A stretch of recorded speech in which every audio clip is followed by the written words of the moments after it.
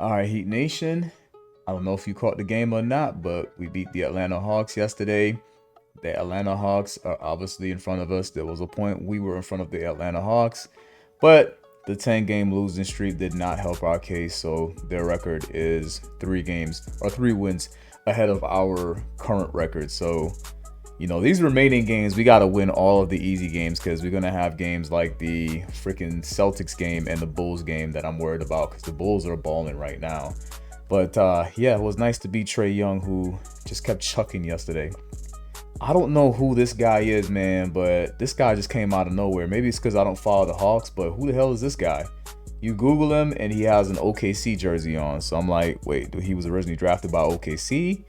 And then you got their rookie who pretty much didn't do anything. Trae Young was pretty much trying to carry them last night. 29 and 12, some pretty good numbers. I know some people still sour about him not being an all-star, but they were at the time they were losing. So our guys, Bam with a low-key almost triple-double. Got the double-double, but the scoring is not ideal. You'd love to see Bam get somewhere close to 20 points, but you got the win though, so we can't really complain. And it's not too often you see Miami scoring 120 plus. Andrew Wiggins had a okay night, 16, 5, and 3. You'd like to see more points from Wiggins, but hey, with Tyler dropping 36, it's okay that these two guys took the night off. Kello Ware did not get the double-double, but he got the 12 rebounds, which that's what he's in there for. And Alec Machine Gun Berg, man. This dude he just be chucking shots, man, and they always be finding him in the corner, man. He's money lately. I don't know what his percentage is this month from 3, but I feel like it's improved over whatever it was prior to this previous month. Davion had a pretty good game. He iced the game with 16 points, 6 assists, which is what you want him. He's out there basically being a floor general, and 2 rebounds. Highsmith had 11 points, man. When you get 11 points from Highsmith, it's a good night because Highsmith doesn't usually score a lot. So 11 points, 2 assists, 2 rebounds, and Slow-Mo had a pretty good game. He's starting to grow on me, maybe, because I'm still not a fan of Slow-Mo's game. Again, his name is Slow-Mo, and it's like he plays in slow motion, but he was doing a slow motion thing and getting slow motion and ones and layups and stuff, so can't complain. Field goal percentage was pretty even, almost, 52 versus 54.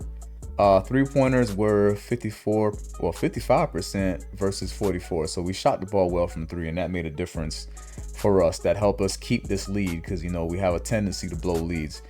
We're like a top 6 team in the first half usually, and then like a bottom 4 team in the second half usually. So everybody was worried about losing that lead because I think they pulled within 10 at a certain point. So you got 80% from free throw line versus their 73. Rebounds were pretty much the same. Turnovers, we actually won the turnover battle. We had 2 less, and the points in the paint were the same. So time to go on to the recap. Also, shout out to Tyler Hero for balling out. I owe Tyler Hero a Cooking with Tyler video because every time he drops a lot of points, we usually lose that game, but we won this game. So Cooking with Tyler coming up. Straight journey there for the Heat. That's going to be these two teams' respective paths to the promised land of the playoffs. Damn jumper. So we start out leading this game, but they quickly get a lead on us because watch this. Bad defense. Just look at that 4-2.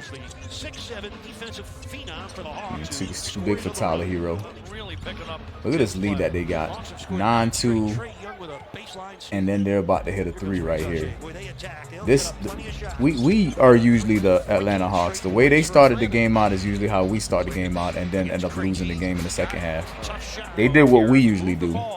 Trae Young was just chucking last night. Surprised Alec Burke can shoot that, but hey, look at that creating for others. His first sends it back to Dyson Daniels. Working against Highsmith on the move. Yeah, I thought Dyson Daniels was going to have a good game. He shut that down. Thought about the 3. This way to Pelle Larsson. Good lob by Pelle Larsson. Good two-hand catch and delivery. That's Dominic yeah, that's got to be a steal in the future from Ware. I'm going to give him a break because he's still young. But look at his score. 28-15.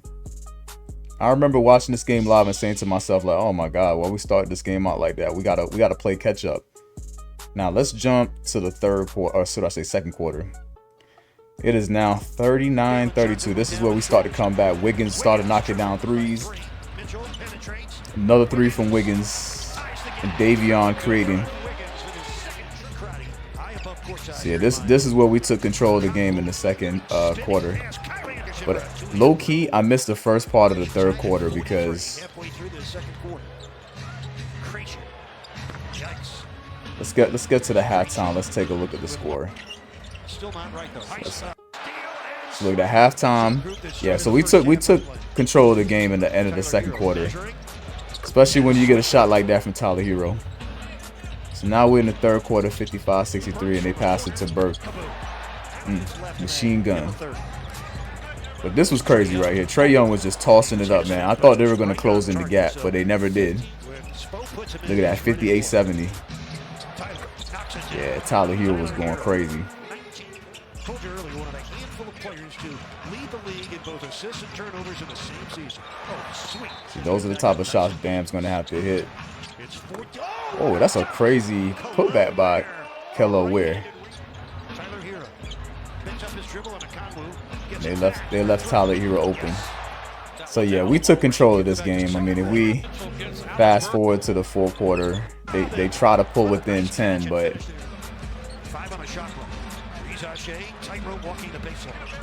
they're working too hard to pull up and try to catch up to us. All we have to do is score. Every time when we were losing games in the fourth quarter, I was saying all we got to do is score. This was good hustle from Davion right here, and a nice spin. This is what I'm saying. Slow-mo starting to glow on. He's slowly starting to grow on me. Man, I hate Trae Young. Grown man with the face of a 14-year-old. Going underneath the screen on Davion Mitchell. You gotta make him. You gotta punish him for that. 6 on the shot clock. Hero gets Daniels. High up from Tyler Hero. That's crazy. And Hero has pasted up 31 points. Oh, pretty play. Trae, long rebound. Good rebound by Wiggins. That's a great assist by Davion Mitchell. That's why he's out there. I feel like Terry Rozier wouldn't have made that pass. That was a terrible turnover by Wiggins. And then this guy, he was just chucking every shot, man. Lord. Loose ball rebound, picked up by Dyson Daniels. Glad we ain't pull a Lakers.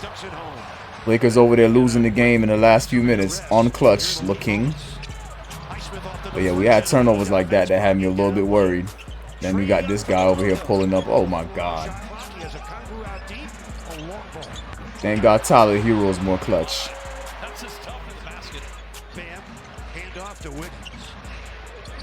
There you go. Closing out the game. Wiggins' first field goal of the second half. Heat ahead by 10. LeVert for 3. Got it. Karis LeVert. They was trying. You're out is right.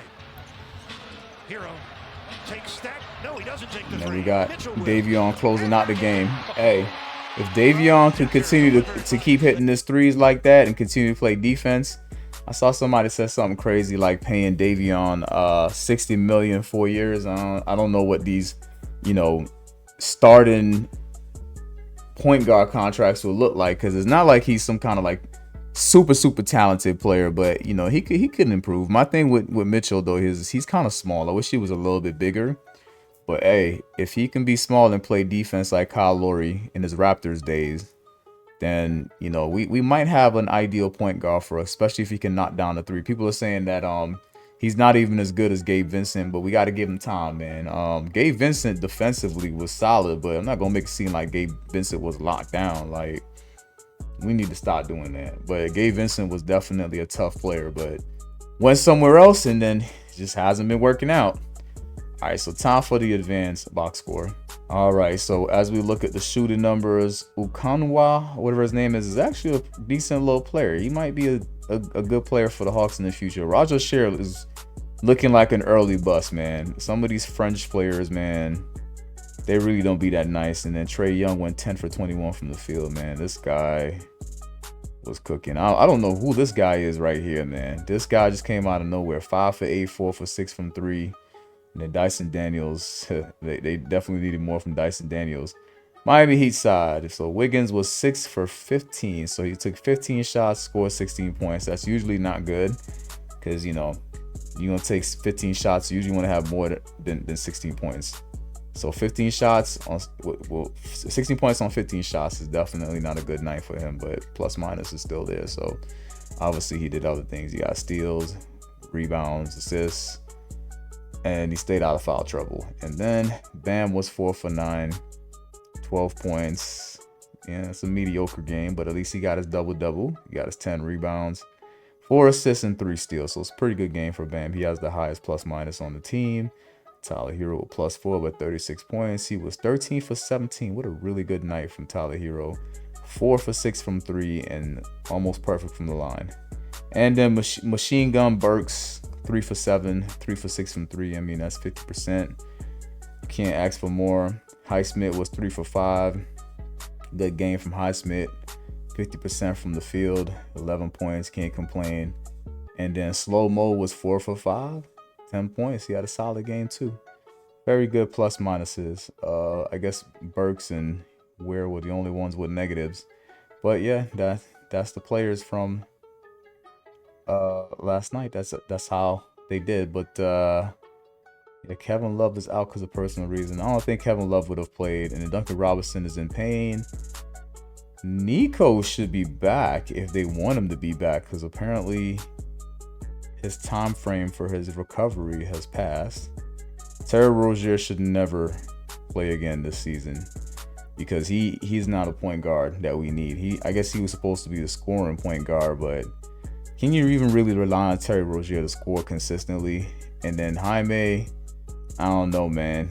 Did you really sleep with Eric Spoelstra's wife? Because you ain't getting no minutes, man. But then again, he be playing, getting four points in like 10 minutes and shit. Like, that's not going to be ideal for him. Maybe this just wasn't the game for him, but Larson got 7 minutes, made the most of his 7 minutes. There's only so much you could do in 7 minutes. But I don't know, Heat fans, what do y'all, how do y'all feel about the upcoming schedule? Do y'all think that we can win our way to a better seeding? Because I looked at the bracket and I said to myself, like, if you had the 6th seed, then you wouldn't have to worry about the play-in tournament. But I highly doubt we're going to be able to get that 6th seed. I mean, we got to go perfect, and then the other teams got to lose X amount of games.